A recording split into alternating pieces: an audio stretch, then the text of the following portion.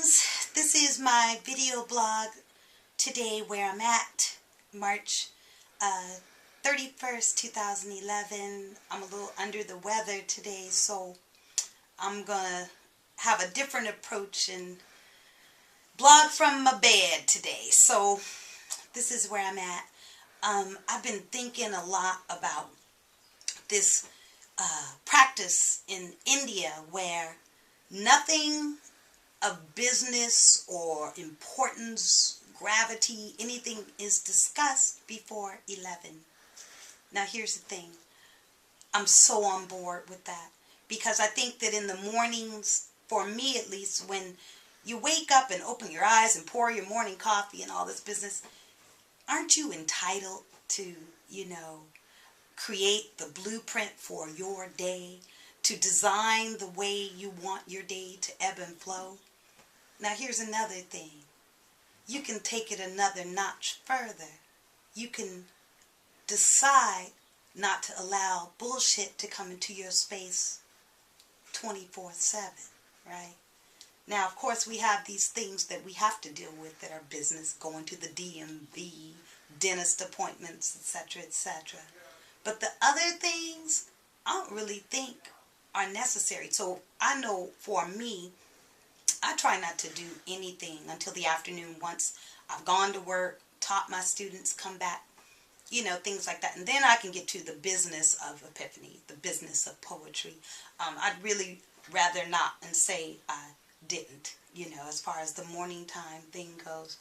And I was also speaking to my dear, dear, dear friend and mentor, Shambe, and he was telling me this story about how when he was a child, his one of his chores was to mop the floors daily in his home. And I guess one day he was in a little bit of a hurry to finish up and go outside and play or whatever it is that he wanted to do. And on this occasion, he decided to sort of try to cheat and take the dirty water and commence to cleaning the rest of the house. And his mother was like, whoa, son, you can't begin to clean this house properly with recycled filthy water. That being said, he has this Shambeism. I don't have it in front of me, so Shambe, forgive me if I don't get it right. But essentially it says, how can you possibly go from one part of your life to the next part of your life with the same dirty things? You got to change out the water. And here's where I'm at. I'm changing out the water, y'all. I'm changing out the water. I think people's perception of us as artists and humans and people and children of the universe can be so across the map. And I'm not quite certain how people view me, and most times it's irrelevant. But I am keenly aware that I am a peaceful person, and the one thing I don't like in this life is confrontation and arguments. And I think with me, part of that is that I had a really argumentative household growing up. My mother, my stepfather, just yelling at. My mother would wake me up in the middle of the night because she wasn't finished with a thought. She's 2 o'clock in the morning. Come in, take the blankets off of me, because I'm not finished. I still have something else. I